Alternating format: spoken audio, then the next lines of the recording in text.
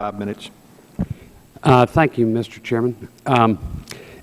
Just an edification of a question you asked a little while ago to Ms. Shannon. You asked about their budget, and I think you asked that same question in July to her boss, Mr. Berner, and he said, quote, "I am not aware that there is a statutory limit in the statutes itself." So just for the record, your boss knows that there's not, or apparently thinks there's not. And Ms. Shannon, you seem like a very nice person, and I certainly hope you don't take personally the frustration expressed by members of this committee. And there is a lot of frustration over here over a lot of wrongdoing that has resulted in no consequences and no accountability.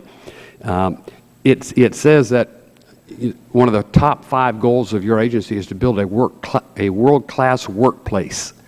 Can you give me an example of an existing world-class workplace that we would like to emulate?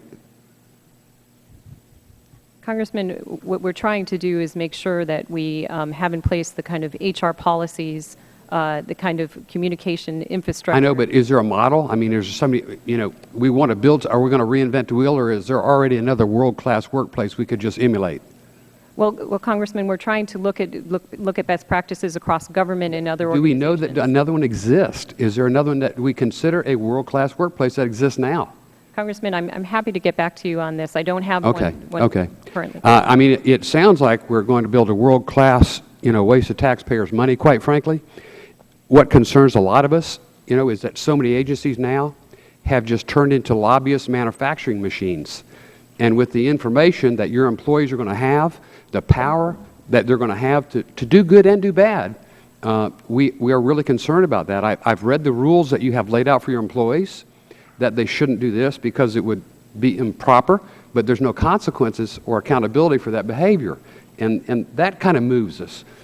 We know with the Madoff, SEC, they did a great job. They had great intel. And they knew what Madoff was doing wrong for 10 years. They just refused to take any action. And so, of course, we wonder, your agency, which seems to think it can outsmart Wall Street if they have enough extra people and enough software that they can see where the next problem is going to be. But everyone with a half a brain in this country saw the last problem way before it burst.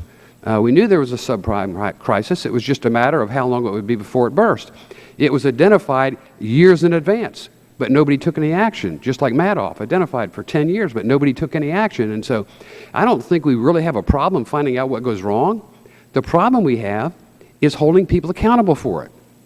Madoff basically had to almost turn himself in. I don't know if he was scared of the other people that he scammed and felt he was safer in prison.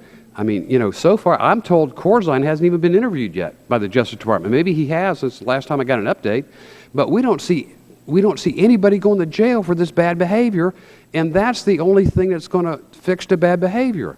I just don't think we're ever going to have anybody that's smart enough to dream up the next wave of criminal behavior and prevent it from happening if there's not consequences for that bad behavior.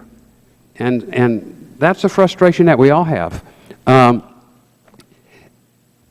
Can you identify what you might be able to point out to be the next type of crisis? Give us an example of what that might look like. Congressman, what we're trying to do is to gather data to fill gaps that existed in things like the shadow banking market, in order to help regulators across the system to analyze what threats may be. Now, this is a very, very complex mission. This is an issue that requires a certain amount of humility. It's a mission that requires that we continue to look forward, because this is a dynamic market and it's a dynamic system. And so what we're trying to do is to build the tools to allow for that analysis to happen, to build the process that will allow for both better analysis to help reduce the risk of a crisis, but also... just a lot of people are concerned with that. The proprietary information you'll have, even the trade secrets that you'll have access to, they're concerned about the security of it. I mean, we know some of our national defense agencies have been hacked. And I wonder whether or not you'll be able to have a safer process than some of them did. We have people like that are concerned. They knew people who had Chrysler dealerships that the government took their dealership away and gave it to somebody else who they liked better.